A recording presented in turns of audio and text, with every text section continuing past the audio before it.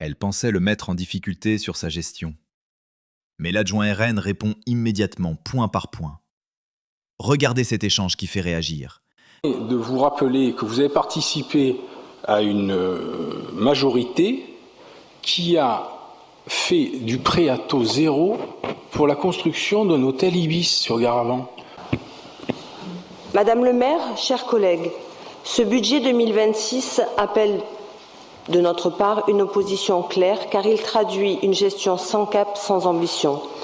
D'abord, c'est un budget profondément rigidifié. Plus de 37 millions d'euros sont consacrés aux dépenses de personnel, soit 55% des dépenses de fonctionnement.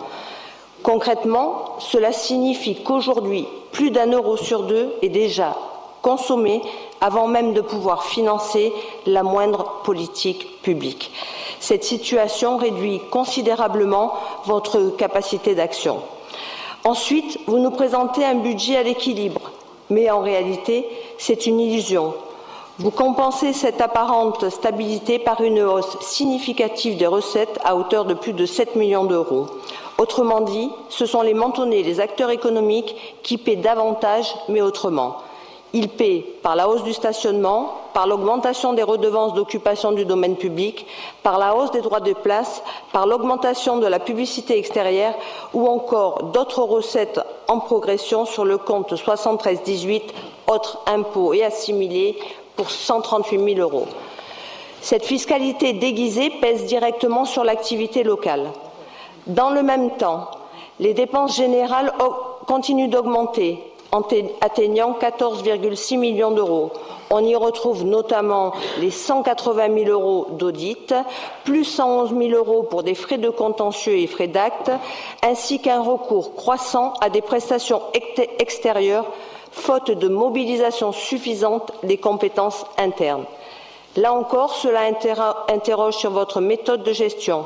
Vous aviez promis, lors de votre campagne, une baisse des dépenses de fonctionnement, mais dans le même temps, un cabinet à 280 000 euros, une voiture neuve, des frais de représentation pour 15 000 euros. Voilà des dépenses que vous auriez pu maîtriser, comme l'a fait le maire de Nice en supprimant ses frais de représentation pour 33 000 euros, sa sécurité personnelle pour 240 000 euros, ainsi que les véhicules de cabinet pour 500 000 euros. L'exemplarité commence par soi-même. L'argent public ne doit pas financer le train de vie des élus. S'agissant de l'investissement, vous annoncez près de 22 millions d'euros, sans réel niveau de détail, sans fléchage des opérations sur la totalité.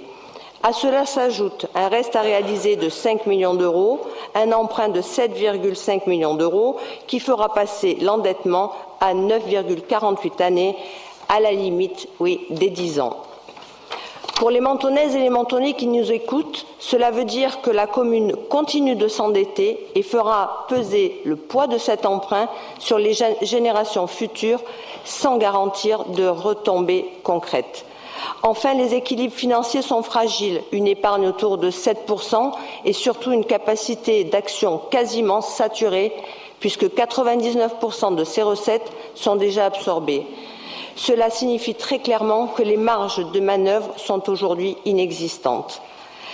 Dès lors, une question simple se pose. Préparez-vous l'avenir ou préparez-vous les difficultés pour ceux qui viendront après vous?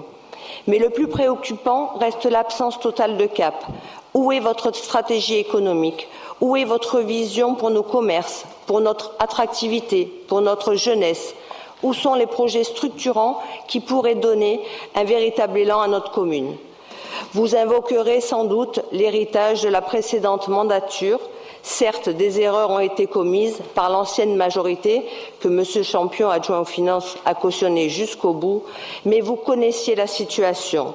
Et aujourd'hui, il s'agit de votre responsabilité. Force est de constater que l'anticipation n'est pas au rendez-vous. Pour toutes ces raisons, nous ne pouvons soutenir ce budget et voterons contre. Je vous remercie. Madame la sénatrice, Madame la conseillère municipale, je suis estomaqué par l'ensemble de votre intervention. Vous avez été vous-même aux responsabilités, il me semble, car C'est facile de se retourner derrière M. Champion, qui a été un éphémère adjoint aux finances, lorsque vous avez vous-même participé à accroître le niveau de la dette. Vous nous parlez sans cap, sans ambition sur les ressources humaines. Mais que n'avez-vous fait lorsque vous étiez vous-même aux affaires ? Je me permets de vous rappeler que vous avez participé à une majorité qui a fait du prêt à taux zéro pour la construction d'un hôtel Ibis sur Garavan. Vous êtes au courant de ça ?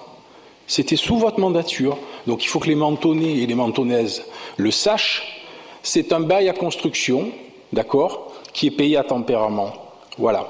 Ça, c'est entre autres. D'autre part, lorsque vous parlez de clairvoyance, il ne vous aura pas échappé non plus que nous sommes là depuis 4 semaines et que nous allons simplement, dans un premier temps, avant d'avoir le rapport des audits, assumer une notion qui vous est peut-être étrangère, la continuité du service et des engagements qui ont été pris.